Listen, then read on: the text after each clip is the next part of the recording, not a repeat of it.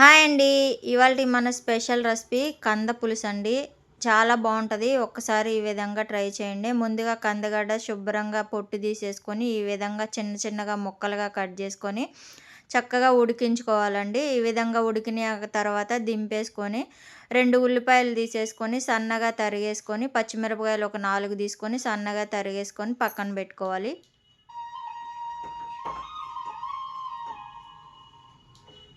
తర్వాత బాండీ పెట్టుకొని ఆయిల్ వేసుకొని, ఆయిల్ హీట్ అయినాక పోపు దినుసులు వేసుకొని కొంచెం చిటపటలాడించాలి.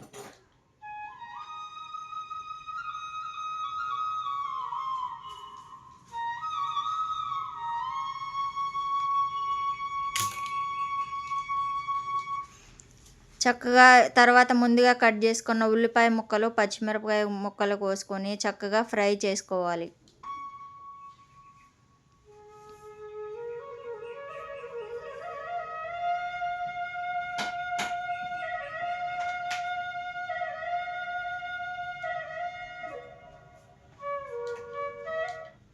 రెండు నిమిషాల తర్వాత సాల్టు, పసుపు వేసుకోవాలి. ఉల్లిపాయ ముక్కల్లో ఉప్పు, పసుపు వేసుకుంటే తొందరగా మగ్గుతాయండి. ఈ విధంగా వేసుకొని 2 నిమిషాలైతే మూత పెట్టేసుకోవాలి.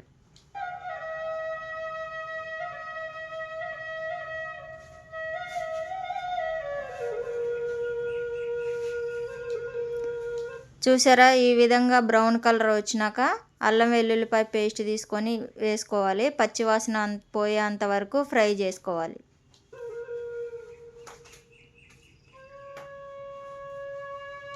పచ్చివాసన పోయినాక 2 స్పూన్ల కారం అయితే వేసేసుకొని, అది కూడా కొంచెం కలర్ వచ్చేంత వరకు ఫ్రై చేసుకోవాలి.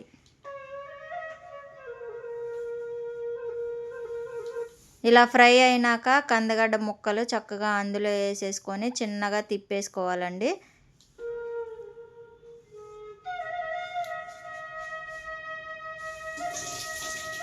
ఈ విధంగా మసాలా అంతా ముక్కలకు పట్టినాక ఒక్క 2 నిమిషాలు అయితే మూత పెట్టేసుకొని ఉంచాలి.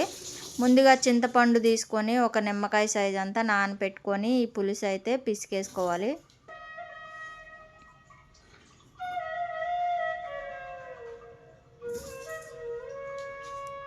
2 నిమిషాల తర్వాత ఈ పులుసు చక్కగా దానిలో వేసేసుకోవాలి. వేసేసుకొని కొంచెం పులుపు సరిపోయిందా లేదా చూసుకొని వాటర్ పోసేసుకొని అయితే చక్కగా ఒక 10 నిమిషాలు సిమ్లో పెట్టేసి ఉడకనివ్వాలి.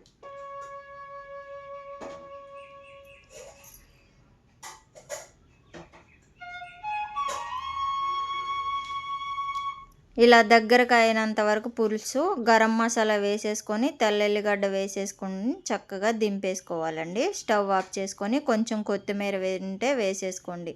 చాలా బాగుంటుందండి. ఒక్కసారి ఈ విధంగా ట్రై చేయండి. నా వీడియో కనుక నచ్చితే ప్లీజ్ లైక్ చేయండి, షేర్ చేయండి. Thank you for watching. Bye bye.